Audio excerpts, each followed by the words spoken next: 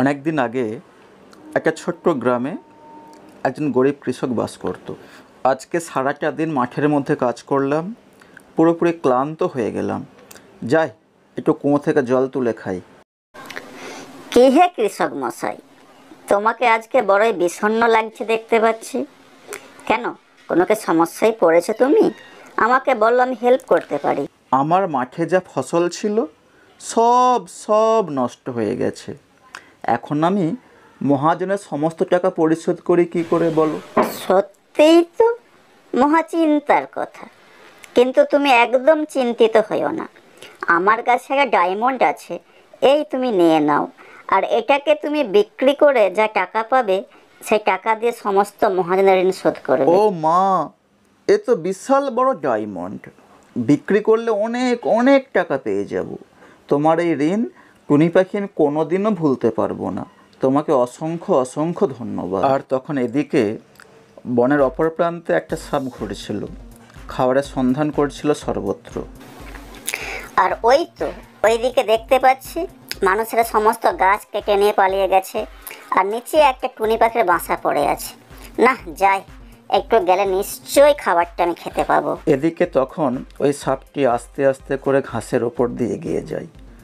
ঠিক ওই দিকেই যায় যেখানে পাখির বাসাটি পড়েছিল, এবং তার লক্ষ্য ছিল পাখিকে খাওয়া। আর এদিকে অনেকক্ষণ পর সেই টুনি পাখিটি তার বাসার দিকে এগিয়ে যায়।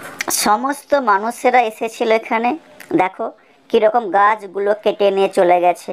আর ওর বাসাটা কোথায়? কই, কোথাও তো দেখতে পাচ্ছি না। ওই তো ওই দিকেও নেই দেখতে পাচ্ছি।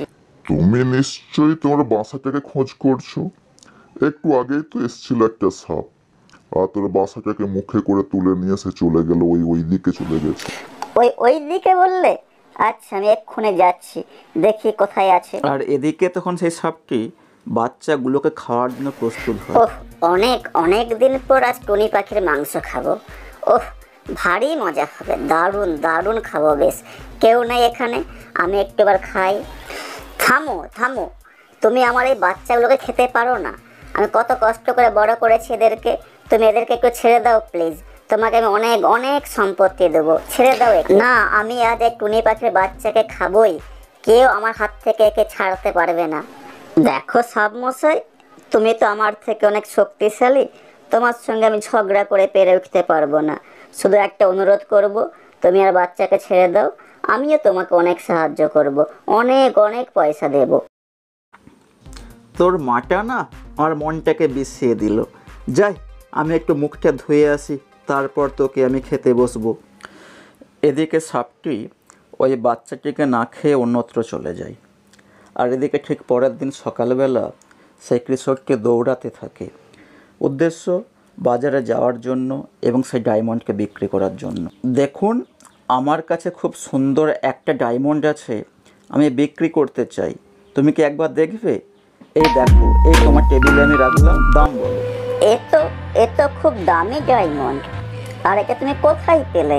এর দাম অনেক অনেক হবে, তুমি কেনই বা বিক্রি করবে? দেখুন মহাশয়া, আমি অত কৈফিয়ত দিতে পারবো না, তুমি আমাকে দামটা দাও, আমি চলে যাই, আমার খুব দরকার এই সমস্ত টাকাগুলো।